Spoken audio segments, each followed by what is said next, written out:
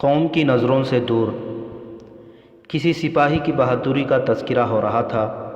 سلطان صلاح الدین ایوبی کا ایک سالار کھانے کے بعد کی محفل میں کسی معرکے کی باتیں کر رہا تھا۔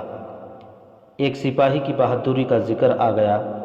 سلطان ایوبی نے کہا، لیکن تاریخ میں نام آئے گا تو وہ آپ کا اور میرا ہوگا۔ تاریخ لکھنے والوں کی یہ بے انصافی ہے کہ وہ بادشاہوں، سلطانوں اور سالاروں سے نیچے کسی کی طرف آنکھ اٹھا کر بھی نہیں دیکھتے۔ فتح اور شکست اللہ کے ہاتھ میں ہے، لیکن فتح کا سہرا ہمیشہ سپاہیوں کے سر ہوتا ہے۔ ہمارے چھاپا مار جانباز دشمن کے پاس جا کر ان کے دوست بن جائیں تو ہم ان کا کیا بگاڑ سکتے ہیں؟ معرکوں میں سپاہی لڑنے کے بجائے اپنی جان کی فکر زیادہ کریں تو آپ فتح کس طرح حاصل کر سکتے ہیں؟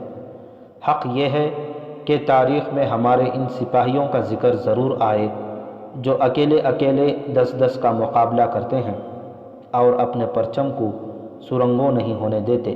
یہ سپاہی جب کبھی ہاریں گے تو میری اور آپ کی نالائقی کی وجہ سے ہاریں گے، یا انہیں وہ غدار اور ایمان فروش شکست دیں گے جو ہماری صفوں میں موجود ہیں۔ خدا نے ہمیں کس گناہ کی سزا دی ہے؟ ہم میں غدار پیدا کر دیے ہیں۔ محفل میں کسی نے جھنجھلا کر کہا، میں عالم نہیں کہ اس سوال کا جواب دے سکوں۔ سلطان ایوبی نے کہا، شاید خدائے ذوالجلال نے غداروں کی صورت میں ہم پر یہ خطرہ مستقل طور پر سوار کر دیا ہے کہ ہم ہر لمحہ چوکس اور چوکنے رہیں اور ایک کے بعد دوسری فتح حاصل کرتے کرتے مغرور نہ ہو جائیں۔ خدا کی باتیں خدا ہی جانے۔ میں ڈرتا ہوں کہ ایمان فروشی کسی دور میں اسلام کے وقار کو لے ڈوبے گی۔ آپ صلیبیوں کے اس عزم سے بے خبر تو نہیں کہ ان کی جنگ آپ کے نہیں، اسلام کے خلاف ہے۔ وہ کہتے ہیں کہ جب تک صلیب زندہ ہے، چاند ستارے کے پرچم کے خلاف برسر پیکار رہے گی۔ وہ اپنی آنے والی نسلوں کے لیے یہی عزم ورثے کے طور پر چھوڑ جائیں گے۔ میں چاہتا ہوں کہ ہم اپنے ان سپاہیوں کے کارنامے قلم بند کر لیں جو شمالی مصر کے صحراؤں میں بھی لڑے اور ہمات کی برف پوش وادیوں میں بھی۔ ان چھاپا ماروں کے بھی تذکرے قلم بند کر لیں جو دشمن کی صفوں کے عقب میں چلے جاتے ہیں اور اتنی تباہی مچاتے ہیں جو پوری فوج بھی نہیں مچا سکتی۔ ان میں سے کتنے زندہ واپس آتے ہیں؟ 10 میں سے 1، وہ بھی زخمی۔ ہاں سلطان محترم، سالار نے کہا، یہ ایک قیمتی ورثہ ہے جو ہم آنے والی نسلوں کے لیے چھوڑیں گے تو یہ شجاعت کی روایات سے زندہ رہتی ہے۔ تم شاید نہیں جانتے کہ ہمارے بعض سپاہی ملک سے دور، قوم کی نظروں سے دور ایسی جنگ لڑتے ہیں جن کا انہیں ہماری طرف سے حکم ہی نہیں ملتا۔ سلطان ایوبی نے کہا، ان لوگوں پر اپنے مذہب کے وقار کا جنون سوار ہوتا ہے۔ ان کی اپنی کوئی زندگی نہیں ہوتی، کوئی ذات نہیں ہوتی۔ وہ دشمن کے قبضے میں ہوتے ہیں تو بھی سرکش اور آزاد رہتے ہیں۔ قوم کو جب فتح حاصل ہوتی ہے تو قوم ان سے ناواقف رہتی ہے۔ جو پردوں کے پیچھے عجیب و غریب طریقوں سے جنگ لڑتے اور قوم کا نام روشن کرتے ہیں۔ اس دور کی غیر مطبوعہ تحریروں میں ایسے ہی چند ایک سپاہیوں کا ذکر ملتا ہے جن کا ذکر سلطان ایوبی کر رہا تھا۔ ایک کا نام عمر درویش تھا۔ وہ سوڈانی مسلمان تھا۔ اس سلسلے کی کہانیوں میں جو آپ کو سنائی جا چکی ہیں، آپ نے پڑھا ہوگا کہ سلطان ایوبی کے بھائی تقی الدین نے سوڈان پر فوج کشی کی تھی، مگر دشمن کے دھوکے میں آ کر سوڈان کے صحرا میں اتنی دور نکل گیا جہاں تک رسد کا سلسلہ قائم رکھنا ممکن نہیں رہا تھا۔ دشمن نے رسد کے راستے روک لیے اور تقی الدین کی فوج کو صحرا میں بکھیر کر جمعیت اور مرکزیت ختم کر دی تھی۔ اسلامی فوج کو بہت نقصان اٹھانا پڑا تھا۔ پیش قدمی کی تو امید ہی ختم ہو گئی تھی، پسپائی بھی ممکن نہیں رہی تھی۔ جنگی قیدی بہت ہوئے تھے، جن میں تقی الدین کے 2-3 نائب سالار اور کمانڈر بھی تھے۔ ان قیدیوں میں مصریوں اور بغدادیوں کی تعداد زیادہ تھی۔ ان میں کچھ سوڈانی مسلمان بھی تھے۔ سلطان ایوبی نے اپنی جنگی سوجھ بوجھ اور غیر معمولی فہم و فراست سے کام لیتے ہوئے تقی الدین کی بکھری ہوئی فوج کو سوڈان سے نکالا تھا۔ اس کے بعد اس نے سوڈانیوں کے پاس ایک پیغام کے ساتھ ایلچی بھیجے تھے کہ جنگی قیدیوں کو رہا کر دیا جائے۔ سوڈانیوں نے انکار کر دیا تھا کیونکہ ان کا کوئی قیدی سلطان ایوبی کی فوج کے پاس نہیں تھا۔ سوڈانیوں نے جنگی قیدیوں کے عوض مصر کے کچھ علاقے کا مطالبہ کیا تھا۔ سلطان ایوبی نے جواب دیا تھا، تم مجھے، میری بیوی اور میرے بچوں کو سولی پر کھڑا دو، میں تمہیں سلطنت اسلامیہ کی 1 انچ جگہ نہیں دوں گا۔ میرے سپاہی غیرت والے ہیں، اپنی قوم کے وقار کے لیے جانیں قربان کرنا جانتے ہیں۔ اس کے بعد سوڈانی حکومت نے مصر پر حبشیوں سے حملہ کرایا تھا، جن میں سے کوئی ایک بھی واپس نہیں جا سکا تھا۔ جو زندہ رہے وہ قید میں ڈال دیے گئے۔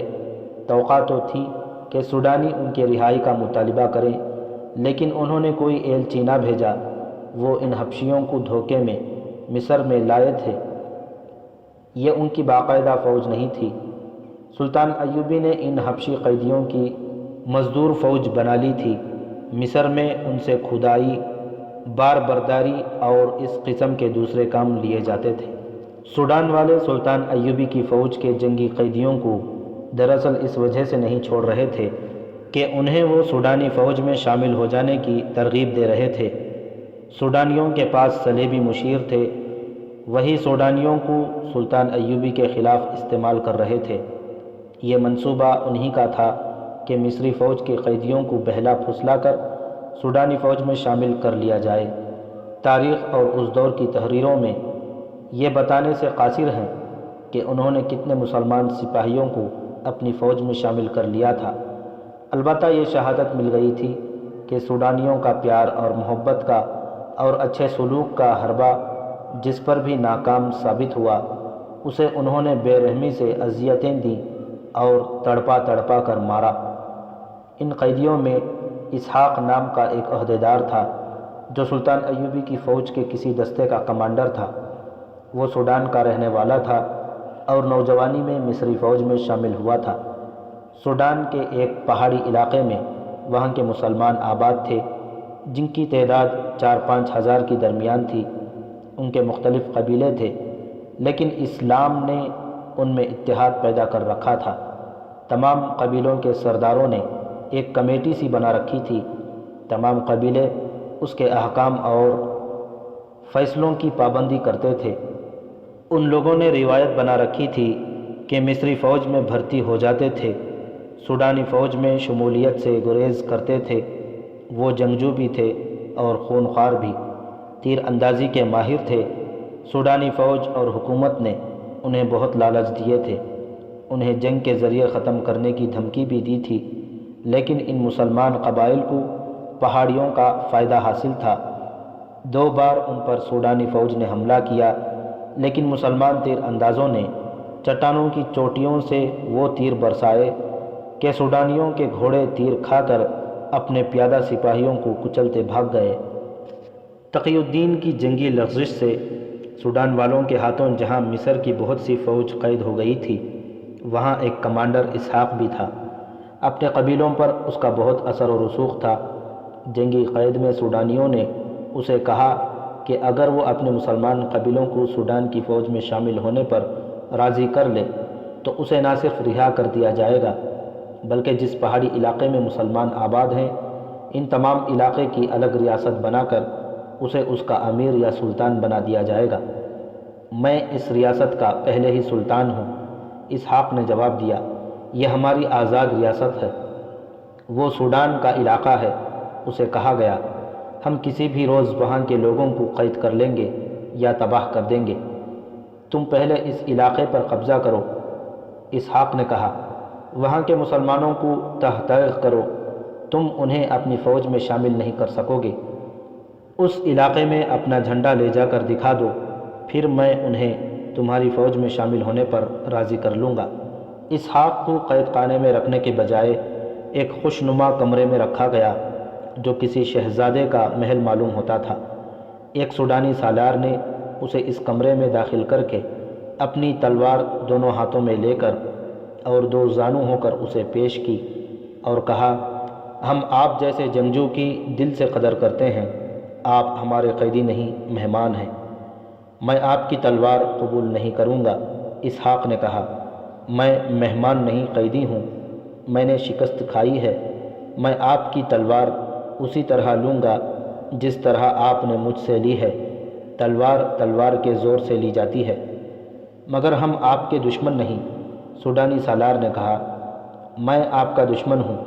اسحاق نے مسکرا کر کہا، تلواروں کا تبادلہ اتنے خوبصورت کمرے میں نہیں، میدان جنگ میں ہوا کرتا ہے۔ میں آپ کا شکر ادا کرتا ہوں کہ آپ نے میری اتنی عزت کی۔ ہم اس سے زیادہ عزت کریں گے۔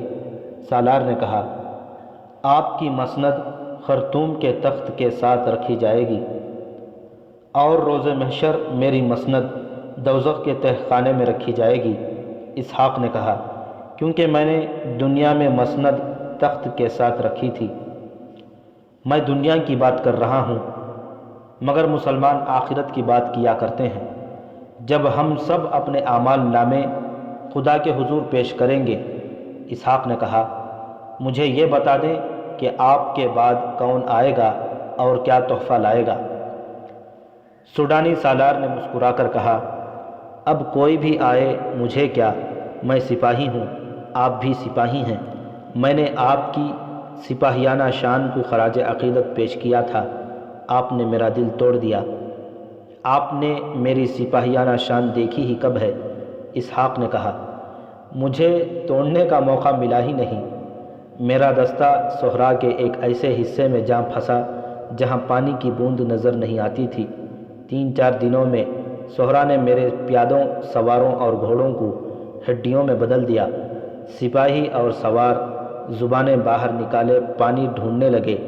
آپ کے ایک دستے نے حملہ کر دیا اور ہم پکڑے گئے۔ ہمیں صحرا نے شکست دی ہے۔ آپ نے میری تلوار کے جوہر کہاں دیکھے ہیں کہ مجھے خراج عقیدت پیش کر رہے ہیں؟ مجھے بتایا گیا ہے کہ آپ بہادر ہیں۔ سالار نے کہا، سنی سنائی پر یقین نہ کریں۔ اسحاق نے کہا، کل صبح ایک تلوار مجھے دیں، ایک آپ لیں اور میرے مقابلے میں آئیں۔ مجھے امید ہے کہ میں آپ کی تلوار قبول کر لوں گا، مگر اس وقت آپ زندہ نہیں ہوں گے۔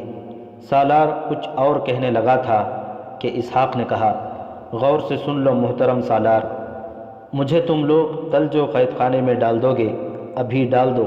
میں اتنی خوبصورت قید سے مخمور ہو کر اپنا ایمان نہیں بیچوں گا۔ قید خانے کی غلاظت کے بجائے آپ اس دل نشین ماحول میں بہتر طریقے سے سوچ سکیں گے۔ سالار نے کہا، میں امید رکھوں گا کہ آپ کے سامنے جو شرط پیش کی گئی ہے اس پر آپ غور کریں گے۔ مجھے ایک سپاہی بھائی سمجھ کر میرا یہ مشورہ قبول کر لیں کہ اپنا مستقبل تاریک نہ کریں۔ خدا نے آپ کی قسمت میں بادشاہی لکھی ہے، اس پر لکیر نہ پھیریں۔ میرے خدا نے میری قسمت میں جو کچھ لکھا ہے وہ میں اچھی طرح جانتا ہوں۔ اسحاق نے کہا، اور تمہارے خدا نے جو کچھ لکھا ہے میں اسے بھی جانتا ہوں۔ تم جاؤ، مجھے سوچنے دو۔ سالار چلا گیا تو کھانا آ گیا۔ کھانا لانے والی 3 لڑکیاں تھیں، جوان اور بہت ہی خوبصورت۔ وہ نیم عریاں بھی تھیں، کھانے کی اقسام ایسی جو اس نے کبھی خواب میں بھی نہیں دیکھی تھیں۔ کھانے کے ساتھ خوشنما صحرائیوں میں شراب بھی تھی۔ اسحاق نے ضرورت کے مطابق کھایا اور پانی پی لیا۔ دسترخوان سمیٹ لیا گیا اور ایک لڑکی اس کے پاس آ گئی۔ اسحاق اسے دیکھتا رہا اور اس کی ہنسی نکل گئی جس میں طنز تھی۔ کیا آپ نے مجھے پسند نہیں کیا؟ لڑکی نے پوچھا۔ میں نے تم جیسی بدصورت لڑکی پہلی بار دیکھی ہے، اسحاق نے کہا۔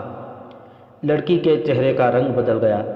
وہ تو بہت ہی خوبصورت لڑکی تھی۔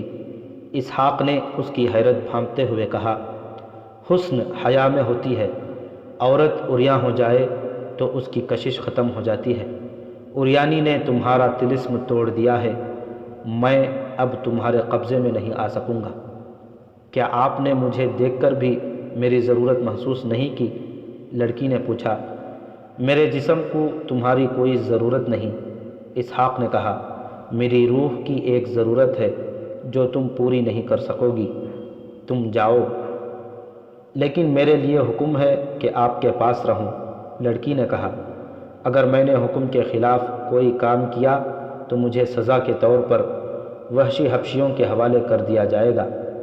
دیکھو لڑکی، اسحاق نے کہا، میں مسلمان ہوں، میرا عقیدہ کچھ اور ہے، میں تمہیں اس کمرے میں نہیں رکھ سکتا۔ اگر تم اس کمرے میں رات بسر کرنے کا حکم لے کے آئی ہو تو یہیں رہو اور میں باہر سو جاؤں گا، یہ بھی میرا جرم ہوگا۔ لڑکی نے کہا، آپ مجھے اس کمرے میں رہنے دیں، مجھ پر رحم کریں۔ لڑکی نے دیکھ لیا تھا کہ یہ شخص پتھر ہے، اس نے اسحاق کی منت سماجت شروع کر دی۔ تمہارا کام کیا ہے؟ اسحاق نے پوچھا، کس مقصد کے لیے تمہیں میرے پاس بھیجا گیا ہے؟ مجھے اپنا مقصد بتا دو تو اس کمرے میں رہنے دوں گا۔ میرا کام یہ ہے کہ آپ جیسے مردوں کو موم کروں۔ لڑکی نے جواب دیا، آپ پہلے مرد ہیں جس نے مجھے ٹکرایا ہے۔ میں نے مذہب کے شیدائیوں کو اپنا گرویدہ بنایا اور انہیں سوڈان کے سانچے میں ڈھالا ہے۔ لڑکی نے پوچھا، کیا واقعی آپ نے مجھے بدصورت سمجھا ہے یا مذاق کیا تھا؟ تم جسے خوشبو کہتی ہو وہ میرے لیے بدبو ہے۔ اسحاق نے کہا، میری نظر میں تم واقعی بدصورت ہو۔ جہاں سونا چاہتی ہو سو جاؤ، پلنگ پر سو جاؤ، میں فرش پر سو جاؤں گا۔ لڑکی فرش پر لیٹ گئی۔ تمہارا نام کیا ہے لڑکی؟ اسحاق نے پوچھا۔ عاشی۔ اور تمہارا مذہب؟ میرا کوئی مذہب نہیں۔ تمہارے ماں باپ کہاں رہتے ہیں؟ معلوم نہیں، لڑکی نے کہا۔ اسحاق پر نیند کا غلبہ ہونے لگا اور ذرا سی دیر میں اس کے خراٹے سنائی دینے لگے۔ اس شخص کے ساتھ آپ وقت ضائع کر رہے ہیں، اس لڑکی نے کہا جس نے رات اسحاق کو اپنا نام عاشی بتایا تھا۔ اس کے سامنے سوڈانی فوج کے اعلیٰ افسر بیٹھے ہوئے تھے۔ عاشی نے کہا، اس شخص کے اندر جذبات نام کی کوئی چیز نہیں۔ آپ جانتے ہیں کہ میں نے کیسے کیسے پتھر موم کیے ہیں، مگر اس جیسا کوئی نہیں دیکھا۔ معلوم ہوتا ہے تم نے کوئی کوتاہی کی ہے، ایک افسر نے کہا۔ لڑکی نے پوری تفصیل سنائی کہ اس نے اسحاق کو کیسے کیسے طریقوں سے اپنے جال میں پھانسنے کی کوشش کی، مگر وہ ہنس پڑتا تھا یا اسے خاموشی سے دیکھتا رہتا تھا، ذرا دیر بعد سو جاتا تھا۔ 4-5 دن سوڈانی حکام اسحاق کو اپنے بات پر لانے کی کوشش کرتے رہے۔ راتوں کو اس پر بڑے بڑے حسین طلسم طاری کرنے کے جتن کیے گئے، مگر اسحاق نے بات یہیں پر ختم کی کہ میں مصر کی فوج کے ایک دستے کا کمانڈر ہوں، مسلمان ہوں اور قیدی ہوں۔ آخر اسے محل سے نکال کر قید خانے میں لے گئے اور ایک تنگ سی کوٹری میں بند کر دیا۔ سلاخوں والے دروازے پر قفل چڑھایا گیا۔ کوٹری میں ایسی بدبو تھی کہ دماغ پھٹا جاتا تھا۔ رات کا وقت تھا۔ ایک سپاہی دیا لے آیا جو اس نے سلاخوں میں سے اسحاق کو دے دیا۔ اسحاق نے دیا فرش پر رکھا تو اسے کوٹری میں ایک لاش پڑی نظر آئی جو خراب ہو رہی تھی۔ لاش کا منہ کھلا ہوا اور آنکھیں بھی کھلی ہوئی تھیں۔ لاش سوج گئی تھی۔ اسحاق نے قید خانے کے سپاہی کو آواز دے کر بلایا اور پوچھا، یہ کس کی لاش ہے؟ تمہارا ہی کوئی دوست ہوگا، سپاہی نے جواب دیا۔ کوئی مصری تھا، جنگ میں پکڑا گیا تھا، اسے بہت اذیتیں دی گئی تھیں، 5-6 دن ہوئے کوٹری میں مر گیا۔ لاش یہاں کیوں پڑی ہے؟ اسحاق نے پوچھا۔ تمہارے لیے، سپاہی نے تنزیہ کہا۔ اسے اٹھا لیا تو تم اکیلے رہ جاؤ گے۔ سپاہی ہنستا ہوا چلا گیا۔ اسحاق نے دیا اوپر کر کے لاش کو دیکھنا شروع کر دیا۔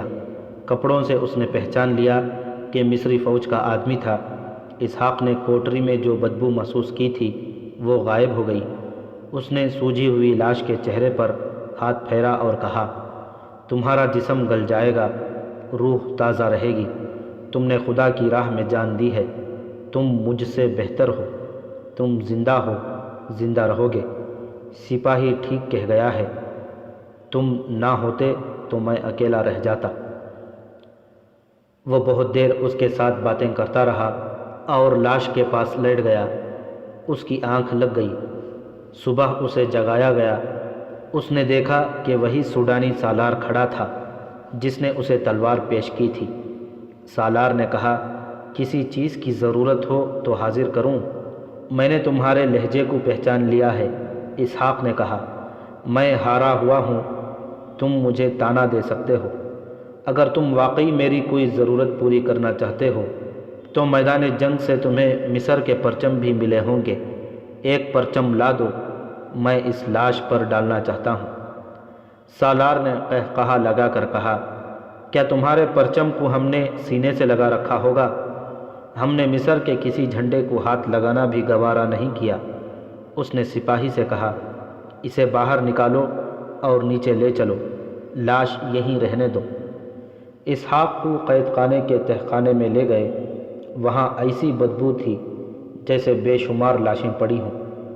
سوڈانی سالار آگے آگے تھا۔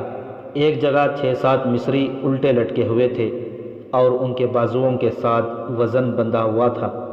آگے ایک آدمی کو بہت بڑی سلیب کے ساتھ اس طرح لٹکایا ہوا تھا کہ اس کی ہتھیلیوں میں ایک ایک کیل گڑا ہوا تھا، خون ٹپک رہا تھا۔ ایک جگہ ایک چوڑا اور بہت بڑا پہیا تھا، اس پر ایک آدمی پیٹھ کے بل اس طرح بندھا ہوا تھا کہ ٹخنوں سے زنجیریں بندھی ہوئی تھیں جو فرش میں ٹھونکی گئی تھیں۔ بازو اوپر کر کے پہیے کے ساتھ بندھے تھے۔ ایک آدمی پہیے کو ذرا سا چلاتا تو اس آدمی کے بازو اور ٹانگیں اوپر سے اور نیچے کو کھینچی جاتی تھیں۔ وہ درد سے چیختا تھا۔ اسحاق کو تہخانے میں گھما پھرا کر دکھایا گیا کہ یہاں کیسی کیسی اذیتیں دی جا رہی ہیں۔ جگہ جگہ خون تھا۔ بعض قیدی قے کرتے تھے اور چند ایک بے ہوش پڑے تھے۔ اذیت کا ہر ایک طریقہ دکھا کر سوڈانی سالار نے اسحاق سے پوچھا، آپ کو جو طریقہ پسند ہو وہ بتا دیں، ہم آپ کو وہاں لے چلتے ہیں۔ اگر آپ اس کے بغیر ہی ہماری بات مان جائیں تو آپ کا ہی بھلا ہوگا۔ جہاں جی چاہے لے چلو، قوم سے غداری نہیں کروں گا۔ اسحاق نے کہا، میں ایک بار پھر بتا دیتا ہوں کہ ہم تم سے کیا کروانا چاہتے ہیں۔ سالار نے کہا، تمہیں کہا گیا تھا کہ تمام مسلمان قبیلوں کو سوڈانی فوج میں لے آؤ، اس کے عوض تمہیں رہا بھی کیا جائے گا اور مسلمان قبیلوں کے علاقے کا امیر بنا دیا جائے گا۔ اب تم اپنا یہ حق کھو بیٹھے ہو۔ اب ہماری شرط یہی ہے، مگر تمہیں یہ انعام دیا جائے گا کہ کوئی اذیت نہیں دی جائے گی اور تمہیں سوڈانی فوج میں اچھا عہدہ دیا جائے گا۔ عہدے کے بجائے مجھے کسی بھی اذیت میں ڈال دو۔ اسحاق نے کہا۔ اسے اس طرح الٹا لٹکایا گیا کہ ٹخنوں سے زنجیریں ڈال کر چھت سے باندھ دیا گیا۔ سالاروں نے سپاہیوں سے کہا، شام تک اسے یہیں رہنے دو، شام کے وقت اسے لاش والی کوٹھری میں پھینک دینا، مجھے امید ہے کہ اس کا دماغ صاف ہو جائے گا۔ شام تک وہ بے ہوش ہو چکا تھا۔ ہوش میں آیا تو وہ لاش کے پاس پڑا تھا۔ ایک کونے میں تھوڑا سا پانی اور کچھ کھانا رکھا تھا۔ اس نے پانی پیا اور کھانا کھا لیا۔ اس نے لاش سے کہا، میں تمہاری روح کے ساتھ دھوکہ نہیں کروں گا، میں جلدی تمہارے پاس آ رہا ہوں۔ باتیں کرتے کرتے اس کی آنکھ لگ گئی۔ آدھی رات کے وقت اسے پھر جگا لیا گیا اور پہیے کے ساتھ باندھ دیا گیا۔ سوڈانی سالار موجود تھا۔ اس نے کہا، ہزاروں مسلمان ہمارے ساتھ ہیں، تم شاید پاگل ہو گئے ہو، تم اسلام کے لیے قربانی دے رہے ہو، لیکن صلاح الدین ایوبی اپنی بادشاہی کو آدھی دنیا پر پھیلانے کے لیے تم جیسے پاگلوں کو مروا رہا ہے۔ وہ بدبخت شراب بھی پیتا ہے اور اس نے پریوں جیسی لڑکیوں سے حرم بھر رکھا ہے، اور تم ہو کہ اس کے نام پر مرتے ہو۔ سالار محترم، اسحاق نے کہا، میں تمہیں اپنے مذہب کے امیر اور سلطان کے خلاف جھوٹ بولنے سے روک نہیں سکتا، اور تم مجھے اپنے عقیدے پر جان قربان کرنے سے روک نہیں سکتے۔ میری قوم کے کسی بھی قبیلے کا کوئی ایک بھی مسلمان تمہاری فوج میں شامل نہیں ہوگا۔ مسلمان کے خلاف تلوار نہیں اٹھائے گا۔ تم شاید نہیں جانتے کہ عرب میں مسلمان کا خون بہا رہا ہے۔ سوڈانی سالار نے کہا، صلیبی فلسطین میں بیٹھے تماشا دیکھ رہے ہیں۔ تمام امیروں اور مسلمان حکمرانوں نے صلاح الدین کے خلاف بغاوت کر دی ہے۔ انہوں نے کر دی ہوگی۔ اسحاق نے کہا، میں نہیں کروں گا۔ جنہوں نے بغاوت کی ہے وہ اس دنیا میں بھی سزا بھگتیں گے اگلے جہان میں بھی۔ تم اپنا وقت ضائع نہ کرو، میرے ساتھ جو سلوک کرنا چاہو کرو، اور کسی دوسرے سوڈانی مسلمان کو پکڑ لو، شاید وہ تمہارا کام کر دے۔ ہمیں بتایا گیا ہے کہ تم صرف اشارہ کر دو تو تمام مسلمان ہمارے ساتھ ہوں گے۔ سالار نے کہا، ہم تم سے یہ کام مفت نہیں کروانا چاہتے، تمہاری قسمت بدل دیں گے۔ میں آخری بار کہتا ہوں کہ اپنی قوم کو بیچوں گا نہیں۔ اسحاق نے کہا، وہ پہیے کے ساتھ بندھا ہوا تھا، نیچے ٹخنے فرش کے ساتھ، اوپر کلائیاں پہیے کے ساتھ، 3-4 حبشی اس لمبے کھمبے کے ساتھ کھڑے تھے جسے دھکیلنے سے پہیہ حرکت میں آتا تھا۔ سوڈانی سالار نے اشارہ کیا تو حبشیوں نے کھمبے کو ایک قدم ڈھکیلا، رہٹ کی طرح پہیہ چلا۔ اسحاق کا جسم اوپر اور نیچے کو کھینچنے لگا، اس کے بازو کندھوں سے اور ٹانگیں کولہوں سے الگ ہونے لگے، اس کے جسم سے پسینہ اس طرح پھوٹا جیسے کسی نے اس پر پانی انڈیل دیا ہو۔ اب سوچو اور جواب دو۔ اس کے کانوں میں سوڈانی سالار کی آواز پڑی، ایمان نہیں بیچوں گا۔ اسحاق نے کراہتی ہوئی آواز میں جواب دیا۔ پہیہ اور آگے چلا گیا، اس کی کھال پھٹنے لگی۔ اب اچھی طرح سوچ سکو گے، میری لاش بھی یہی جواب دے گی، اپنا ایمان نہیں بیچوں گا۔ اسحاق نے یہ الفاظ بڑی مشکل سے منہ سے نکالے۔ اسے کچھ دیر یہی رہنے دو، سالار نے حکم دیا، مان جائے گا۔ اسحاق نے قرآن کی آیات کا ورد شروع کر دیا۔ سالار چلا گیا۔ اسحاق کے جسم کی جوڑ کھل رہے تھے، کھال جیسے اتاری جا رہی تھی، اس کا منہ آسمان کی طرف تھا۔ اس نے تصور میں خدا کو اپنے سامنے رکھا اور کہا، خداوند دو عالم، میں گنہگار ہوں تو مجھے اور زیادہ سزا دو، میں آپ کی راہ میں سچا ہوں تو مجھے سکون عطا کرو، میں آپ کے حضور شرمسار نہیں ہونا چاہتا۔ اس نے آنکھیں بند کر کے آیات کا ورد شروع کر دیا۔ تم چیختے کیوں نہیں؟ اس کے پاس قید خانے کا جو سپاہی کھڑا تھا اس نے کہا، زور زور سے چیخو، اس سے تکلیف ذرا کم ہو جاتی ہے۔ میں تکلیف میں نہیں ہوں، اسحاق نے کہا، پہیہ اور آگے کر دو۔ قید خانے کے سپاہی درندے تھے۔ اس سپاہی نے حبشیوں سے کہا کہ پہیہ ذرا اور چلائیں۔ حبشیوں نے دھکا لگایا تو پہیہ اور آگے چلا گیا۔ اسحاق کے جسم سے کڑاک کڑاک کی آوازیں نکلیں۔ ایک اور سپاہی دوڑتا آیا۔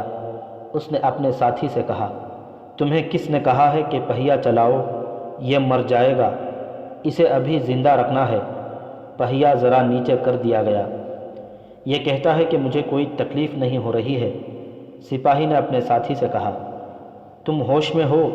سپاہی نے اسحاق سے پوچھا۔ تم کیا بول رہے ہو؟ بے ہوشی میں بول رہا ہے، دوسرے نے کہا۔ تم نے چکر جہاں تک پہنچا دیا تھا وہاں انسان مر جاتا ہے، یہ ہوش میں نہیں ہو سکتا۔ میں ہوش میں ہوں دوستوں، اسحاق کی نحیف آواز سنائی دی، میں اپنے خدا کے ساتھ باتیں کر رہا ہوں۔ دونوں سپاہیوں نے ایک دوسرے کو حیرت سے دیکھا۔ ایک نے کہا، یہ اتنا طاقتور تو نہیں لگتا، اس حالت میں تو بھینسوں جیسے وحشی حبشی بے ہوش ہو جاتے ہیں، یہ کوئی عالم ہوگا، اس کے پاس خدا کی طاقت ہے۔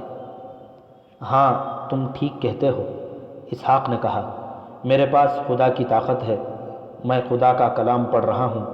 پہیے کو پورا چکر دے کر دیکھو، میرے جسم 2 حصوں میں کٹ جائے، دونوں حصوں سے یہی آواز آئے گی جو تم سن رہے ہو۔ وہ گوار سپاہی تھے، توہم پرستی ان کا مذہب تھا، وہ مسلمان نہیں تھے، پیروں فقیروں اور مجذوبوں کو خدا سمجھتے تھے، بتوں کی بھی عبادت کرتے تھے۔ اس پہیے کو جسے چکر شکنجا کہتے تھے وہ اچھی طرح جانتے تھے۔ اس کے ساتھ بندھا ہوا انسان پہیے کی ذرا سی حرکت پر چیخ اٹھتا اور ہر بات مان لیتا تھا، ذرا مزید حرکت سے بے ہوش ہوتا اور کچھ دیر بعد مر جاتا تھا۔ لیکن اسحاق پہیے کی آخری نشان تک زندہ ہی نہ رہا بلکہ ہوش میں رہا۔ سپاہی جان گئے کہ یہ آدمی عام قسم کا انسان نہیں۔ تم آسمانوں کا حال جانتے ہو؟ ایک سپاہی نے پوچھا۔ میرا خدا جانتا ہے، اسحاق نے جواب دیا۔ تمہارا خدا کہاں ہے؟ میرے دل میں، اسحاق نے جواب دیا، وہ مجھے کوئی تکلیف نہیں ہونے دیتا۔ ہم غریب لوگ ہیں۔ ایک سپاہی نے کہا، یہاں تم جیسے انسانوں کی ہڈیاں توڑ کر بال بچوں کو روٹی کھلاتے ہیں، تم ہماری قسمت بدل سکتے ہو؟ باہر جا کر اسحاق نے کہا، میں جو کچھ پڑھ رہا ہوں وہ تمہیں بتا دوں گا، تمہاری قسمت بدل جائے گی۔ ہم پہیا نیچے کر دیتے ہیں، ایک سپاہی نے کہا، سالار کو آتا دیکھیں گے تو اوپر کر دیں گے۔ نہیں، اسحاق نے کہا، میں تمہیں یہ بددیانتی نہیں کرنے دوں گا، یہی میری طاقت ہے، اسے ہم ایمان کہتے ہیں۔ ہم تمہاری مدد کریں گے، ایک سپاہی نے کہا، جب کہو گے جو کہو گے ہم کریں گے، اگر ہو سکا تو تمہیں قید خانے سے نکال دیں گے۔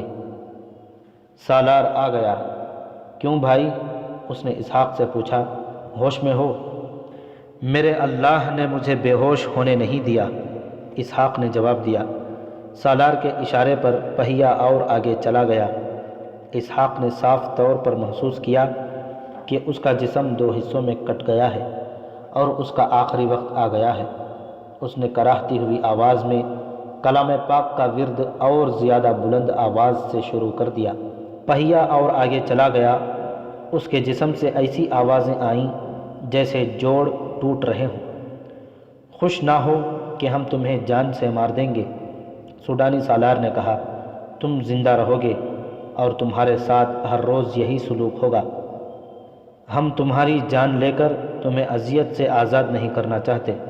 اسحاق نے کوئی جواب نہ دیا، اس نے ورد جاری رکھا۔ سالار کے اشارے پر پہیا ذرا نیچے کر دیا گیا۔ سالار کے ساتھ فوج کا ایک اور افسر تھا۔ سالار اسے الگ لے گیا اور کہا، بہت سخت جان معلوم ہوتا ہے، اتنی دیر میں یہ بے ہوش بھی نہیں ہوا۔ ہم نے زیادتی کی تو مر جائے گا، اسے ابھی زندہ رکھنا ہے۔ میں نے ایک اور طریقہ سوچا ہے۔ معلوم ہوا ہے کہ اس کی ایک بیٹی کی عمر 14-15 سال ہے اور اس کی بیوی بھی ہے۔ ان دونوں کو یہ دھوکہ دے کر یہاں بلایا جائے کہ یہ شخص قید خانے میں ہے اور مر رہا ہے۔ تمہیں اجازت دی جاتی ہے کہ اسے دیکھ جاؤ، اور اگر یہ مر گیا تو اس کی لاش لے جاؤ۔ ہاں، دوسرے افسر نے کہا، دھوکے سے ہی بلانا پڑے گا، ورنہ وہاں کے مسلمان ہمارے کسی آدمی کو اپنے علاقے میں داخل نہیں ہونے دیں گے۔ ان دونوں کو بلا کر اس کے سامنے ننگا کر کے کھڑا کر دیں گے، سالار نے کہا۔ پھر اسے کہیں گے کہ ہماری شرط مان لو، ورنہ تمہاری کمسن بیٹی اور بیوی کو تمہارے سامنے بے آبرو کیا جائے گا۔ دونوں سپاہی جو سالار کی غیر حاضری میں اسحاق کے ساتھ باتیں کرتے رہتے تھے، قریب کھڑے سن رہے تھے۔ سالار نے انہی میں سے ایک کو بھیج کر فوج کے کمانڈر کو بلایا، اسے اسحاق کے گاؤں کا راستہ بتا کر پیغام دیا اور یہ بھی بڑی اچھی طرح سمجھا دیا کہ مقصد کیا ہے۔ اسے کہا گیا کہ وہ مسلمانوں کے ساتھ بہت ہی احترام سے بات کرے اور صلاح الدین ایوبی کی تعریفیں بھی کرے، ورنہ مسلمان اسے زندہ نہیں نکلنے دیں گے۔ کمانڈر اسی وقت روانہ ہو گیا۔ اسحاق کو چکر شکنجے سے اتار کر اسی کوٹھری میں پھینک دیا گیا جس میں کسی مصری سپاہی کی لاش گل سڑ رہی تھی۔ اسحاق سے اٹھا نہیں جا رہا تھا، سارے جسم سے درد کی بے رحم ٹسیں اٹھ رہی تھیں، مگر اس نے دھیان خدا کی طرف لگا رکھا تھا۔ اتنے شدید درد کے باوجود وہ اپنے آپ میں سکون محسوس کر رہا تھا۔ اس کی روح میں کوئی درد نہیں تھا۔ جسمانی درد کے احساس سے وہ بے نیاز ہو چکا تھا، لیکن اسے معلوم نہ تھا کہ اسے ایسی ذلت میں ڈالنے کا اہتمام ہو رہا ہے جو اس کی روح کو لہو لہان کر دے گا۔ اس کی کمسن بیٹی اور جوان بیوی کو قید خانے میں لانے کے لیے ایک آدمی چلا گیا تھا۔ وہاں سے اس کا گاؤں جو پہاڑی علاقے میں تھا، گھوڑے پر پورے دن کی مسافت جتنا دور تھا۔ صبح ابھی ابھی طلوع ہوئی۔ سوڈانی سالار اپنے ساتھی افسر کے ساتھ چلا گیا۔ قید خانے میں دونوں سپاہیوں کی ڈیوٹی ختم ہونے والی تھی۔ دن بھر کے لیے دوسرے سپاہی آ رہے تھے۔ ان دونوں سپاہیوں نے آپس میں بات کی اور ایک فیصلہ کر لیا۔ وہ اسحاق کو برگزیدہ انسان سمجھ رہے تھے، جس کا تعلق براہ راست کسی غیبی قوت کے ساتھ تھا۔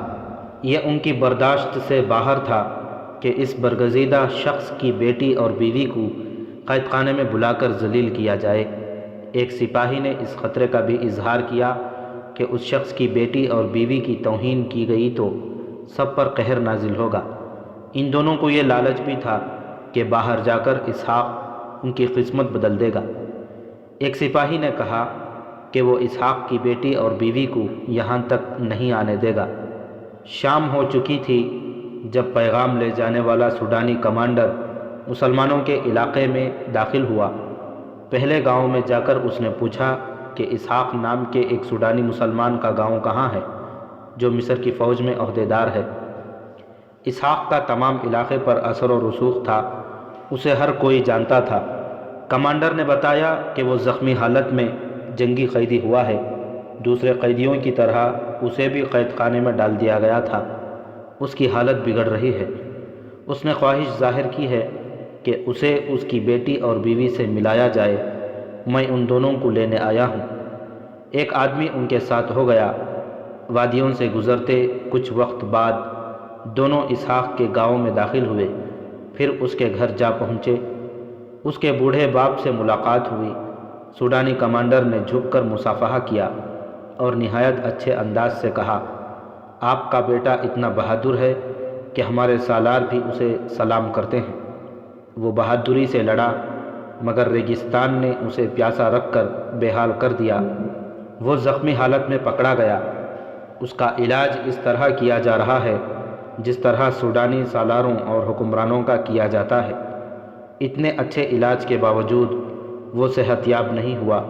اسے بچانے کی پوری کوشش کی جا رہی ہے۔ اس نے خواہش ظاہر کی ہے کہ اپنی بیٹی کو اور اپنی بیوی کو آخری بار دیکھنا چاہتا ہوں۔ اگر تم لوگ اس کی اتنی زیادہ عزت کرتے ہو تو اسے میرے حوالے کیوں نہیں کر دیتے؟ اسحاق کے باپ نے کہا، ہو سکتا ہے ہمارے جراح اور طبیب اسے ٹھیک کر لیں۔ فارما نروائے سوڈان نے کہا ہے کہ وہ ہمارا مہمان ہے۔ کمانڈر نے جواب دیا، مہمان کو بیماری کی حالت میں رخصت کرنا میزبان کی بے عزتی ہے۔ صحت یاب ہوتے ہی اسے باعزت طریقے سے رخصت کر دیا جائے گا۔ کیا یہ نہیں ہو سکتا کہ اس کی بیٹی اور بیوی اس کے پاس رہیں اور اس کی تیمارداری کریں؟ بوڑھے باپ نے پوچھا، اگر یہ دونوں وہاں رہنا چاہیں تو انہیں عزت سے رکھا جائے گا۔ کمانڈر نے کہا، ہمارے ہاں بہادروں کی عزت کی جاتی ہے۔ ہمارے مذہب الگ ہیں لیکن ہم اور آپ سوڈانی ہیں، ہم زمین کا احترام کرتے ہیں۔ اگر اسحاق صلاح الدین ایوبی کا سپاہی ہے تو کوئی فرق نہیں پڑتا، ہم بھائی ہیں۔ صلاح الدین ایوبی کو ہم بہت بڑا جنگجو مانتے ہیں، اس نے صلیبیوں کو گھٹنوں بٹھا دیا ہے۔ پھر تم اسے دشمن کیوں سمجھتے ہو؟ بوڑھے نے پوچھا، تم صلیبیوں کو دوست کیوں سمجھتے ہو؟ محترم بزرگ، کمانڈر نے کہا، اگر میں باتیں کرنے بیٹھ گیا تو یہ میرے فرض میں کوتاہی ہوگی۔ مجھے آپ کی بچی اور آپ کی بہو کو صبح سے پہلے آپ کے بیٹے تک پہنچانا ہے۔ آپ کے بیٹے کی خواہش کی تکمیل ہمارا فرض ہے۔ کیا آپ کی بیٹی اور بہو میرے ساتھ ابھی چلنے کو تیار ہیں؟ پردے کے پیچھے سے ایک نسوانی آواز آئی، ہم تیار ہیں۔ کوئی مرد ساتھ نہیں جا سکتا؟ بوڑھے نے پوچھا، میں بھی تو اپنے بیٹے کو دیکھنا چاہتا ہوں۔ سفر لمبا ہے، کمانڈر نے کہا، آپ اتنی لمبی گھوڑ سواری برداشت نہیں کر سکیں گے۔ مجھے جو حکم ملا ہے وہ بیٹی اور بیوی کو لانے کا ہے۔ قید خانے کا سپاہی ڈیوٹی سے فارغ ہو کر گھر گیا۔ بہت جلدی میں اس نے کپڑے بدلے، سر کو اس طرح ڈھانپا کہ چہرہ بھی چھپ گیا۔ اس نے گھوڑے کے لیے چارہ اور پانی گھوڑے کے ساتھ باندھا اور کسی کو بتائے بغیر کہ کہاں جا رہا ہے روانہ ہو گیا۔ اس نے وہ راستہ معلوم کر لیا تھا جو اسحاق کے گاؤں کو جاتا تھا۔ سالار جب پیغام لے جانے والے کمانڈر کو راستہ سمجھا رہا تھا، وہ سپاہی پاس کھڑا سن رہا تھا۔ اس کی دل میں عقیدت تھی۔ آبادی سے نکل کر اس نے گھوڑے کو ایڑ لگا دی۔ کمانڈر اس سے بہت پہلے نکل گیا تھا، اس لیے یہ ممکن نہیں تھا کہ وہ اس سے پہلے اسحاق کے گھر پہنچ جاتا۔ سورج بہت اوپر آ چکا تھا۔ اسحاق کے باپ کے پاس 2 گھوڑے تھے۔ اس نے دونوں تیار کیے اسحاق کی بیٹی اور بیوی جلدی میں تیار ہو کر سوار ہو گئیں۔ گاؤں کے کچھ اور لوگ بھی وہاں آ گئے تھے۔ سب سوڈانی کمانڈر کی باتوں میں آ گئے اور انہوں نے اسحاق کی بیٹی اور بیوی کو کمانڈر کے ساتھ رخصت کر دیا۔ رات کا سفر تھا، راستے میں کہیں رکنا نہیں تھا۔ دونوں مستورات کے دلوں میں اسحاق کے متعلق جو جذبات تھے ان سے ان کی نیند اڑ گئی۔ ان کے لیے گھوڑے کی سواری کوئی نئی یا مشکل بات نہیں تھی۔ یہاں کے مسلمان اپنے بچوں کو گھوڑ سواری اور تیر اندازی بچپن میں ہی سکھا دیا کرتے تھے۔ تینوں گھوڑے پہاڑی علاقے سے نکل گئے۔ کمانڈر خوش تھا کہ اس نے کامیابی سے دونوں مستورات کو جال میں پھانس لیا تھا۔ اسحاق اس کوٹھری میں بیٹھا تھا جس میں گلی سڑی لاش پڑی تھی۔ یہ لاش اسے پریشان کرنے کے لیے وہاں رکھی گئی تھی، لیکن اسحاق نے اپنے آپ کو جسمانی احساسات سے بیگانہ کر دیا تھا۔ وہ لاش کے ساتھ اس طرح باتیں کرتا تھا جیسے وہ زندہ ہو۔ اسے بدبو کا ذرہ بھی احساس نہیں تھا۔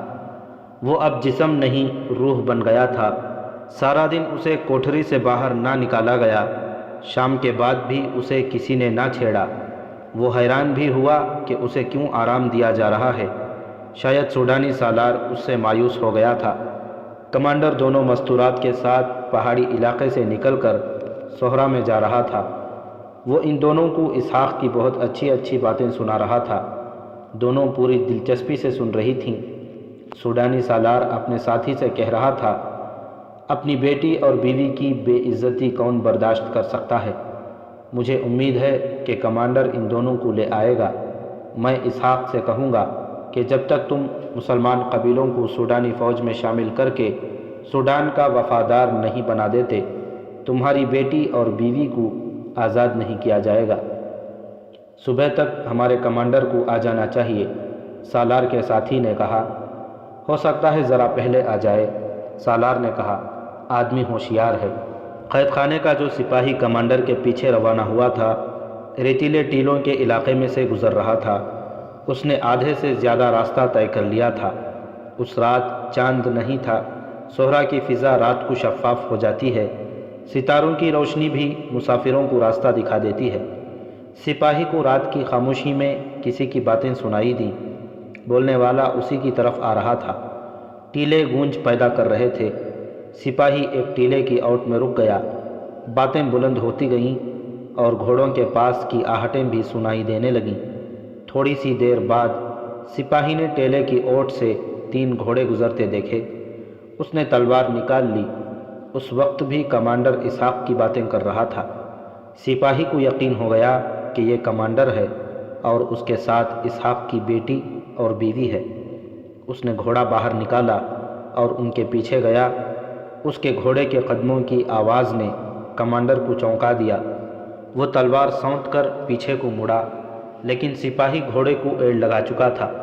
اس نے دوڑتے گھوڑے سے کمانڈر پر ایسا وار کیا کہ اس کا ایک بازو صاف کاٹ دیا۔ گھوڑا روک کر وہ پیچھے مڑا۔ کمانڈر لڑنے کی حالت میں نہیں تھا۔ اس نے رحم کے لیے پکارا، لیکن سپاہی نے اس کی گردن پر وار کر کے اسے گھوڑے سے لڑکا دیا۔ دونوں مستورات سن ہو گئیں۔ اسحاق کی بیوی نے اپنی بیٹی سے کہا، بھاگو، ڈاکو معلوم ہوتے ہیں۔ انہوں نے گھوڑے موڑے۔ سپاہی نے اپنا گھوڑا ان کے راستے میں کر لیا اور کہا، یہاں کوئی ڈاکو نہیں ہے، مجھ سے نہ ڈرو۔ میں نے تمہیں ایک ڈاکو سے بچایا ہے۔ میرے ساتھ اپنے گاؤں چلو۔ میں تمہیں اپنے ساتھ نہیں لے جا رہا، تمہارے ساتھ چل رہا ہوں۔ میں اکیلا ہوں۔ وہ دونوں حیران و پریشان تھیں کہ یہ معاملہ کیا ہے۔ سپاہی نے کمانڈر کے گھوڑے کی لگام اپنے گھوڑے کی زین کے ساتھ باندھ دی اور گھوڑے کو بھی ساتھ لے چلا۔ راستے میں اس نے دونوں کو بتایا کہ اسحاق قید خانے میں بند ہے۔ اسے کہا جا رہا ہے کہ وہ مسلمان قبیلوں کو سوڈانی فوج میں شامل کر دے۔ اسحاق نہیں مان رہا۔ سپاہی نے ان دونوں کو یہ نہ بتایا کہ اسحاق کے ساتھ کیا سلوک ہو رہا ہے۔ اس نے کہا کہ تم دونوں کو اس کے سامنے عریانی کی حالت میں کھڑا کر کے اور تم دونوں کی بے عزتی کی دھمکی دے کر اسحاق کو اپنی بات پر لانے کے لیے بلایا گیا ہے۔ یہ آدمی جسے میں نے قتل کیا ہے تم دونوں کو اسی نیت سے لے جانے آیا تھا۔ میں اس کے پیچھے چل پڑا۔ میں نے اپنا فرض ادا کر دیا ہے۔ تم کون ہو؟ اسحاق کی بیوی نے پوچھا۔ مسلمان ہو؟ میں قید خانے کا سپاہی ہوں، اس نے جواب دیا۔ میں مسلمان نہیں ہوں۔ پھر تمہیں ہمارے ساتھ کیسے ہمدردی پیدا ہو گئی؟ میں نے سنا تھا کہ مسلمانوں کے پیغمبر ہوتے ہیں۔ سپاہی نے کہا، تمہارا خاوند پیغمبر معلوم ہوتا ہے۔ اسحاق کی بیوی نے اس سے پوچھا کہ وہ اس کے خاوند کو کیوں پیغمبر سمجھتا ہے۔ سپاہی نے اصل بات نہ سنائی اور کہا، اب تو میں اسے سچا پیغمبر سمجھتا ہوں۔ وہ قید خانے میں قید ہے، مسلمان ہے، میں مسلمان نہیں ہوں۔ اسے معلوم ہی نہیں کہ اس کی بیٹی اور بیوی کو بے عزت کرنے کا انتظام کر دیا ہے۔ میرے دل میں خیال آ گیا کہ میں تم دونوں کی عزت کی حفاظت کروں گا۔ میں نے ایسا کام کیا ہے جو میری ہمت سے باہر تھا۔ یہ اسی کی غیبی قوت ہے، میں اسے پیغمبر سمجھتا ہوں۔ سحر کے وقت اسحاق کے گھر کے سامنے 4 گھوڑے رکے۔ دروازے پر دستک ہوئی۔ اسحاق کا باپ اسحاق کی بیوی اور بیٹی کو ان کے ساتھ ایک اور آدمی کو دیکھ کر بہت حیران ہوا۔ اندر جا کر سپاہی نے اسے تمام حالات اور واقعات سنا دیے، لیکن اسے بھی نہ بتایا کہ اسحاق کے ساتھ قید خانے میں کیا سلوک ہو رہا ہے۔ اسحاق کے باپ نے اسی وقت اپنے قبیلے کے لوگوں کو اطلاع دے دی۔ لوگ جمع ہو گئے۔ سپاہی نے انہیں بتایا کہ اسحاق کو اس شرط پر رہائی دینے کا وعدہ کیا جا رہا ہے کہ وہ تمام مسلمانوں کو سوڈان کی فوج میں شامل کر دے اور تمام مسلمان سوڈان کے وفادار ہو جائیں۔ سپاہیوں نے بتایا کہ اسحاق کہتا ہے کہ مجھے جان سے مار دو، میں اپنی قوم کے ساتھ غداری نہیں کروں گا۔ تمام لوگ بھڑک اٹھے، سوڈان کو بھلا برا کہنے لگے۔ کسی نے کہا، یہاں صلاح الدین ایوبی آئے گا، یہ خدا کی زمین ہے، ہم قید خانے پر حملہ کر کے اسحاق کو رہا کرائیں گے۔ ایک آدمی نے کہا، تمہارے لیے یہ کام آسان نہیں۔ سپاہی نے کہا، تہ خانے میں سے تم کسی کو نہیں نکال سکتے، تم قید خانے کے سپاہی ہو۔ اسحاق کے باپ نے کہا، تم ہماری مدد کر سکتے ہو، میں غریب اور ادنا سپاہی ہوں۔ اس نے کہا، میں آپ کے بیٹے کو پیغمبر سمجھتا ہوں، میں نے اسے کہا تھا کہ میری قسمت بدل دو، اس نے کہا تھا کہ باہر آ کر بدل دوں گا۔ جوں جوں وقت گزرتا جا رہا ہے میں اس کا مرید ہوتا جا رہا ہوں۔ یہ سب لوگ اس پر جانے قربان کرنے پر تیار ہیں۔ کیا میری زندگی بھی ایسی ہو سکتی ہے جیسی تمہاری ہے؟ مسلمان ہو جاؤ اور یہیں رہو۔ اسحاق کے باپ نے اسے کہا، ہم لوگ جنت میں رہتے ہیں، یہاں پانی کے چشمے ہیں اور ہرے بھرے درخت ہیں، یہاں کی زمین اتنا اناج دیتی ہے کہ جو کاشتکاری نہیں کرتا وہ بھی بھوکا نہیں رہتا۔ یہ ہمارے اللہ کی شان ہے، تم ہمارے پاس آ جاؤ اور اپنی قسمت بدل لو، ہم لوگ آزاد ہیں۔ یہ پہاڑیاں ہمارا قلعہ ہیں جو ہمارے اللہ نے ہمارے لیے بنایا ہے۔ سپاہی نے وہیں رہنے کا فیصلہ کر لیا۔ اسحاق کے باپ نے اسے حلقہ بگوش اسلام کر کے اپنے پاس رکھ لیا۔ صبح طلوع ہو چکی تھی۔ سوڈانی سالار بے تابی سے کمانڈر کا انتظار کر رہا تھا، مگر اس کا کہیں نام و نشان نہ تھا۔ سورج اوپر اٹھتا گیا اور سالار بے چین ہوتا گیا۔ وہ سمجھا کہ کمانڈر راستہ بھول گیا ہوگا۔ اس نے ایک اور عہدیدار کو بلایا اور اسے وہی باتیں بتا کر جو اس نے پہلے کمانڈر کو بتائی تھیں روانہ کر دیا۔ اسحاق کوٹری میں بند رہا۔ یہ دن بھی کوٹری میں گزر گیا۔ اس کی کوٹری میں پڑی ہوئی لاش پھٹنے لگی تھی۔ قید خانے کے سنتری جو انسانوں کے جسم توڑنے اور تہ خانے کی بدبو کے عادی تھے، وہ بھی اسحاق کی کوٹری کے قریب آنے سے گریز کرنے لگے۔ بڑی ہی بری بدبو تھی۔ ایک سنتری نے ناک پر ہاتھ رکھ کر اسحاق سے پوچھا، اوئے مردود، تم اس بدبو کو کس طرح برداشت کر رہے ہو؟ یہ لوگ جو کچھ تم سے منوانا چاہتے ہیں مان جاؤ اور یہاں سے رہائی لو، اس مردار کی بدبو سے پاگل ہو جاؤ گے۔ مجھے کوئی بدبو محسوس نہیں ہو رہی، اسحاق نے کہا، یہ مردار نہیں شہید ہے، میں رات کو اس کے ساتھ لگ کر سوتا ہوں۔ تم پاگل ہو چکے ہو، سنتری نے کہا، لاش کی بدبو کا یہی اثر ہوتا ہے۔ اسحاق کے چہرے پر مسکراہٹ آ گئی اور اس نے لاش کے پاس بیٹھ کر قرآن کی ایک آیت کا ورد شروع کر دیا۔ یہ رات بھی گزر گئی۔ صبح کے دھندلکے میں جس دوسرے کمانڈر کو سالار نے بھیجا تھا واپس آ گیا۔ ایک تو مسلسل اتنے طویل سفر سے اس کا رنگ اڑا ہوا تھا، اس کے علاوہ وہ جو کچھ دیکھ آیا تھا اسے بیان کرنے سے اس کی زبان ہکلا رہی تھی۔ اس نے سالار کو بتایا کہ راستے میں کچھ علاقہ ریتیلی ٹیلوں اور گھاٹیوں کا ہے۔ ایک جگہ گدھ مردار کھا رہے تھے۔ اس نے ایک جگہ تلوار پڑی دیکھی، جوتے اور کپڑے بھی دیکھے۔ اس نے گدھوں کو اڑایا تو پتہ چلا کہ وہ کسی انسان کو کھا رہے تھے۔ چہرہ بھی خراب ہو چکا تھا۔ اسے جو چیزیں مثلاً خنجر، چمڑے کا کمر بند وغیرہ ملیں وہ اٹھا کر لے گیا۔ اسے یقین ہو گیا کہ یہ سوڈانی کمانڈر کی لاش تھی۔ اس نے آگے جا کر زمین دیکھی، گھوڑوں کے پاؤں کے نشان تھے۔ یہ کمانڈر پہاڑی علاقے تک گیا، گھوڑوں کے نشان وہاں تک گئے تھے۔ کچھ کہا نہیں جا سکتا تھا کہ کمانڈر مستورات کو ساتھ لایا تھا یا نہیں، اور اسے کس نے قتل کیا ہے۔ سوڈانی سالار نے کہا کہ معلوم ہو جائے گا۔ مسلمانوں کے اس علاقے میں سوڈانیوں نے جاسوس چھوڑ رکھے تھے جو انہی مسلمانوں میں سے تھے۔ ان جاسوسوں کا وہاں اور کوئی بس نہیں چلتا تھا، صرف مخبری کرتے تھے۔ اسحاق کے متعلق انہی لوگوں نے بتایا تھا کہ اس علاقے پر اس کا اثر و رسوخ ہے۔ ہوا بھی ایسے ہی۔ شام کے بعد 2 جاسوس پہنچ گئے۔ انہوں نے سالار کو پوری خبر سنائی کہ کمانڈر اسحاق کی بیوی اور بیٹی کو لے گیا تھا اور قید خانے کے ایک سپاہی نے اسے راستے میں قتل کر دیا اور مستورات کو واپس لے گیا ہے۔ انہوں نے سپاہی کا نام بھی بتایا۔ سالار نے یہ مسئلہ سوڈان کے حکمران کے آگے رکھا۔ اس نے صلیبی مشیروں کو بتایا۔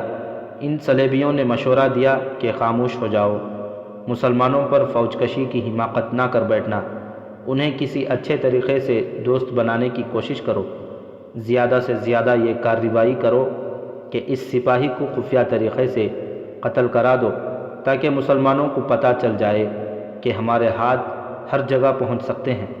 اگر اسحاق تمہاری شرط تسلیم نہیں کرتا تو کسی اور سوڈانی مسلمان قیدی کو قائل کرو، اسحاق پر تشدد جاری رکھو۔ اسحاق کو ایک بار پھر تشدد کے شکنجے میں جکڑ لیا گیا۔ اب تو سالار اس سے اپنے کمانڈر کے قتل کا انتقام بھی لینا چاہتا تھا۔ اسے اتنی درندگی کا تختہ مشق بنا دیا گیا جتنا انسانی تصور سے باہر تھا۔ رات کے وقت وہ بے ہوش ہو گیا اور اسے کوٹھری میں پھینک دیا گیا۔ ہوش میں آیا تو کوٹھری میں اندھیرا تھا، باہر ایک مشعل جل رہی تھی۔ اسحاق نے ہاتھ ایک طرف کیا تو ہاتھ کسی کے جسم پر لگا۔ اسے یاد آ گیا کہ یہ وہی لاش ہے جو پہلے دن سے اس کے ساتھ پڑی ہے، مگر اسے ایسے لگا جیسے لاش سانس لے رہی ہو۔ یہ اس کے دماغ کی خرابی ہی ہو سکتی تھی۔ اس کے جسم کی یہ حالت ہو گئی تھی کہ اٹھنے کے قابل نہیں رہا تھا۔ لاش نے حرکت کی۔ اسحاق نے چونک کر دیکھا، چہرے پر نظر ڈالی۔ یہ لاش نہیں تھی، کوئی زندہ انسان تھا، اور یہ کوٹھری کوئی اور تھی۔ دوسرا آدمی بھی شاید بے ہوش تھا۔ وہ آہستہ آہستہ ہوش میں آیا اور اس نے آنکھیں کھول دیں۔ اسحاق بڑی مشکل سے اٹھا اور پوچھا، تم کون ہو؟ عمر درویش، اس آدمی نے مری ہوئی آواز میں کہا۔ اوہ، عمر درویش، اسحاق نے حیران ہو کر کہا، میں اسحاق ہوں۔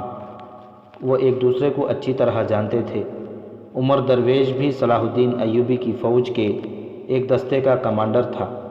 وہ بھی انہی مسلمان قبیلوں میں سے تھا جو سوڈانی ہوتے ہوئے سوڈان کی فوج میں بھرتی نہیں ہوتے تھے۔ عمر درویش بھی جنگی قیدی ہو گیا تھا۔ اسحاق کا نام سن کر اٹھ بیٹھا۔ تمہیں کیا کہتے ہیں؟ اسحاق نے پوچھا۔ کہتے ہیں کہ عالم کے روپ میں اپنے علاقے میں جاؤ، عمر درویش نے جواب دیا، اور لوگوں کے دلوں میں صلاح الدین ایوبی کے خلاف دشمنی پیدا کرو۔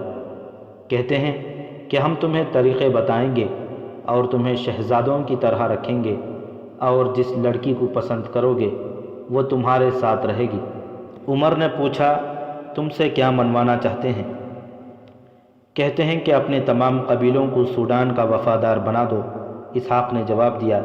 اس کے عوض مجھے مسلمانوں کے علاقے کا امیر بنانے کا وعدہ کرتے ہیں۔ یہ مسلمانوں کی الگ فوج بنانا چاہتے ہیں۔ مجھے معلوم ہو گیا تھا کہ تمہیں بہت تکلیفیں دے رہے ہیں۔ عمر درویش نے کہا، معلوم نہیں ہمیں ایک ہی کوٹری میں کیوں بند کر دیا ہے، شاید اس میں کوئی بہتری ہوگی۔ میں چاہتا تھا کہ تم مجھے مل جاؤ۔ میں نے ایک طریقہ سوچا ہے، اس پر عمل کرنے سے پہلے میں تم سے اجازت لینا چاہتا تھا۔ اچھا ہوا تم مل گئے۔ کیا طریقہ سوچا ہے؟ تم نے دیکھ لیا ہے کہ یہ لوگ ہمیں چھوڑیں گے نہیں۔ عمر درویش نے کہا، ہم اذیتیں کب تک برداشت کریں گے؟ آج نہیں تو کل مر جائیں گے۔ یہاں اور کئی سوڈانی مسلمان قید ہیں، کوئی نہ کوئی ان کے جال میں آ جائے گا۔ میں ڈرتا ہوں کہ ہمارے چند ایک ساتھیوں کو یہ ورغلا کر ہماری قوم میں تفرقہ ڈال دیں گے۔ ایک صورت یہ ہے کہ تم ان کی شرط مان لو، اس بہانے آزاد ہو جاؤ گے اور اپنے علاقے میں جا کر کچھ بھی نہ کرو۔ رات کے اندھیرے میں مصر کو نکل جاؤ، تمہیں زندہ رہنا چاہیے۔ دوسری صورت یہ ہے کہ میں ان کی بات مان لوں گا، یہ مجھے جو سبق پڑھانا چاہتے ہیں وہ پڑھ لوں، ان کا بتایا ہوا بحروب دھار لوں اور اپنے تمام قبیلوں کو خبردار کر دوں کہ وہ سوڈانیوں کے کسی چکر میں نہ آ جائیں۔ اگر میں ان کا ساتھی بن گیا تو میں تمہیں یہاں سے نکالنے کی کوشش کروں گا۔ یہ بھی تو ہو سکتا ہے کہ سوڈانی ہمارے علاقے پر حملہ کر دیں۔ اسحاق نے کہا، ہمارے لوگ اتنی جلدی ہتھیار ڈالنے والے تو نہیں، لیکن فوج کی طاقت اتنی جلدی ختم نہیں ہوتی۔ فوج آخر فوج ہے، ہمیں قربانی دینی پڑے گی۔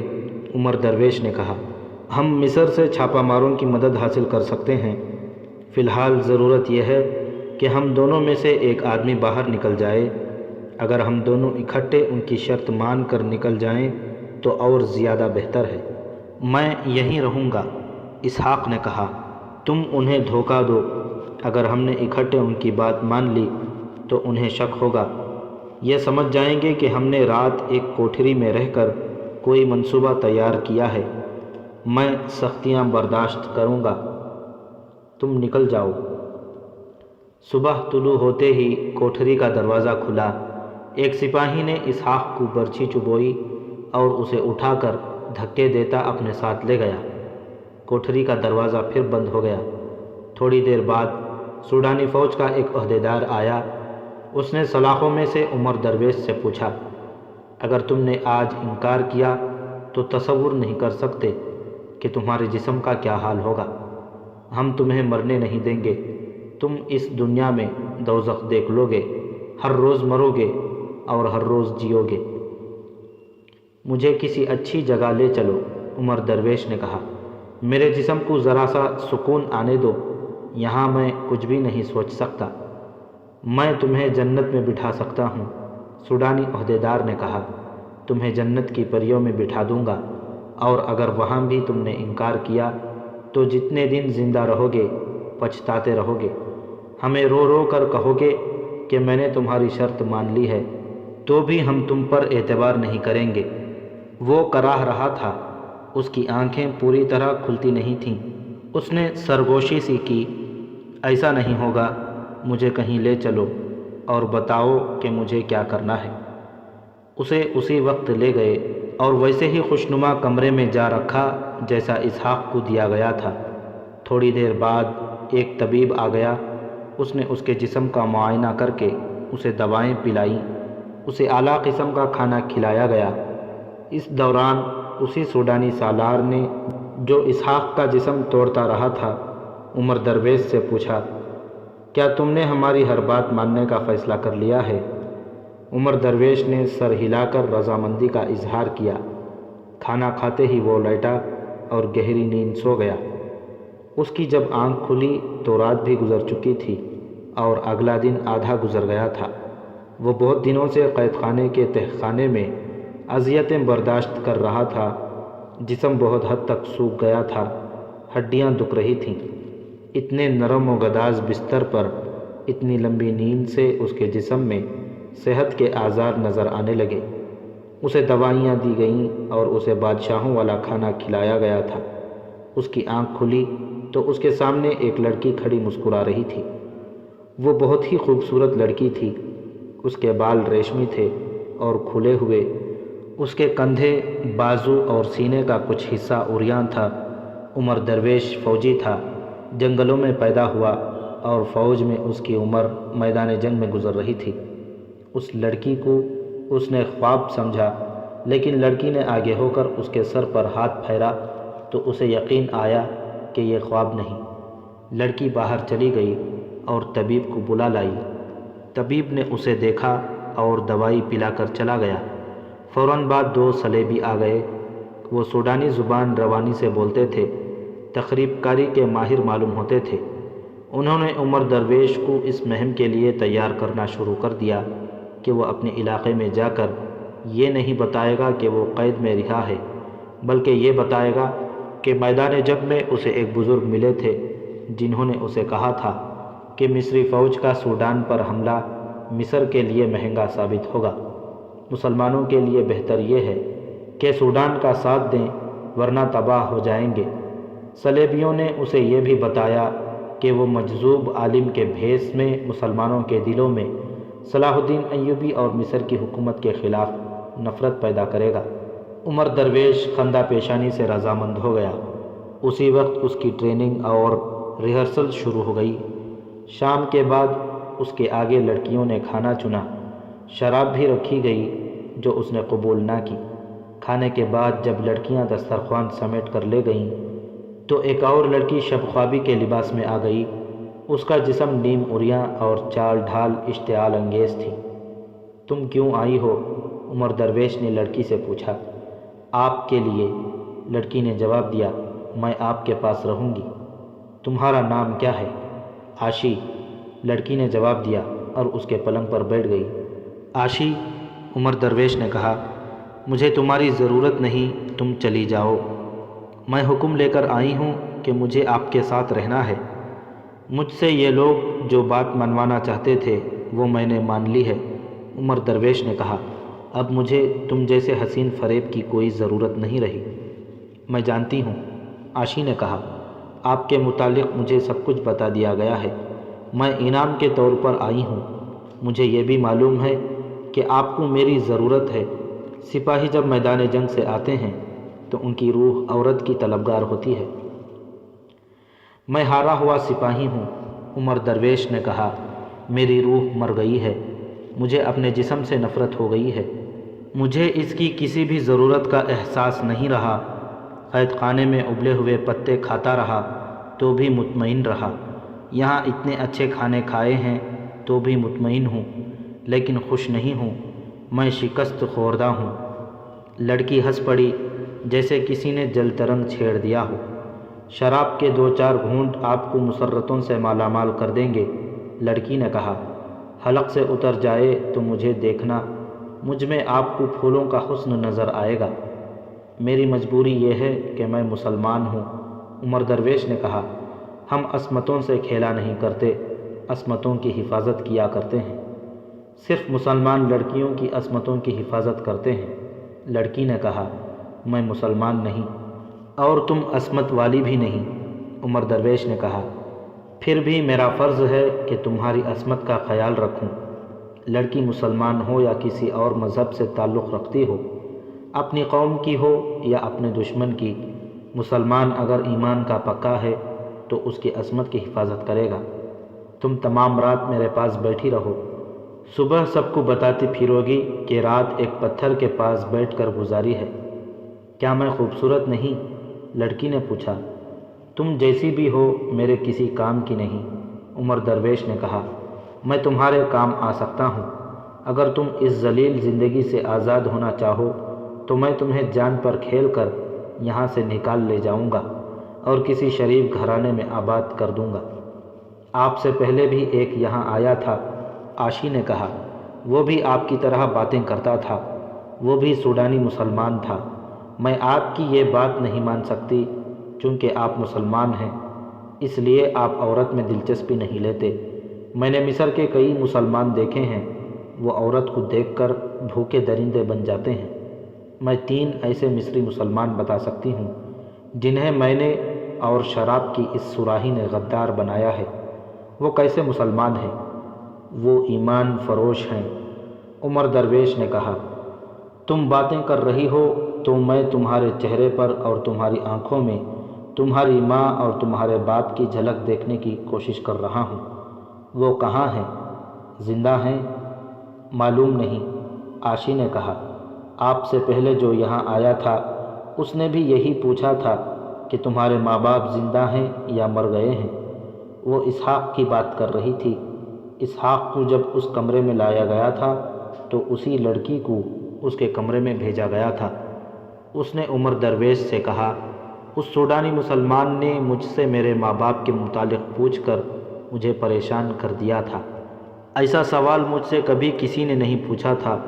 وہ پہلا آدمی تھا جس نے پوچھا تو میں رات بھر سوچتی رہی کہ میرے ماں باپ کون تھے اور کیسے تھے ضرور، مجھے کچھ یاد آتا تھا اور ذہن کے اندھیرے میں غائب ہو جاتا تھا۔ میں نے اپنے آپ کو ان کی یاد سے دور رکھنے کی کوشش شروع کر دی مگر میں کامیاب نہیں ہو سکی۔ آج آپ نے ان کی یاد پھر تازہ کر دی ہے۔ میں جب محسوس ہی نہیں کرتی تھی کہ میرے بھی ماں باپ ہوں گے تو میں خوش رہتی تھی۔ آپ سے پہلے آنے والے سوڈانی مسلمان نے میرے اندر ایسے جذبات بیدار کر دیے ہیں کہ میری خوشی پر اب اداسی کا آسیب سوار رہنے لگا ہے۔ تمہارا کوئی بھائی بھی نہیں تھا؟ کچھ بھی یاد نہیں، عاشی نے کہا۔ میں خون کے رشتوں کو سمجھتی ہی نہیں کہ کیا ہوتے ہیں۔ تمہیں نیند آ رہی ہو تو سو جاؤ، عمر درویش نے کہا۔ آپ کو نیند آ رہی ہو تو میں خاموش ہو جاتی ہوں، عاشی نے کہا۔ جی چاہتا ہے کہ آپ میرے ساتھ باتیں کرتے رہیں، مجھے آپ جیسے آدمی اچھے لگتے ہیں۔ میں جس آدمی کے ساتھ کچھ وقت گزارتی ہوں اس سے مجھے نفرت سی ہو جاتی ہے، مجھے مسکرانا پڑتا ہے۔ وہ سوڈانی مسلمان جو آپ سے پہلے یہاں آیا تھا مجھے ساری عمر یاد رہے گا، جسے اس کمرے میں لایا گیا تھا۔ آپ دوسرے آدمی ہیں جن کی میں ہمیشہ قدر کروں گی۔ آپ نے میرے اندر روح اور جذبات کو بیدار کر دیا ہے۔ آپ مجھے شاید روح کی نظروں سے دیکھ رہے ہیں، دوسرے مجھے جسم کی بھوکی نظروں سے دیکھتے ہیں۔ میں تمہیں آبرو باختہ لڑکی سمجھتا تھا لیکن تم عقل اور فراست کی باتیں کرتی ہو، عمر درویش نے کہا۔ میں حسین اور میٹھا زہر ہوں، عاشی نے کہا۔ پتھروں کو موم کرنے کی مجھے تربیت دی گئی ہے۔ میں کوئی سیدھی سادھی لڑکی نہیں۔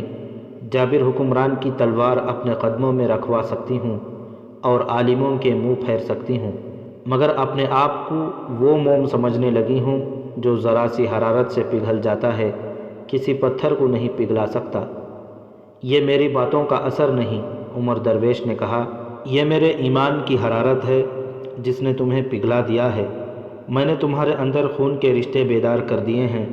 تم انسان ہو، تم کسی کی بیٹی ہو، تم کسی کی بہن ہو، تم کسی قوم کی آبرو ہو۔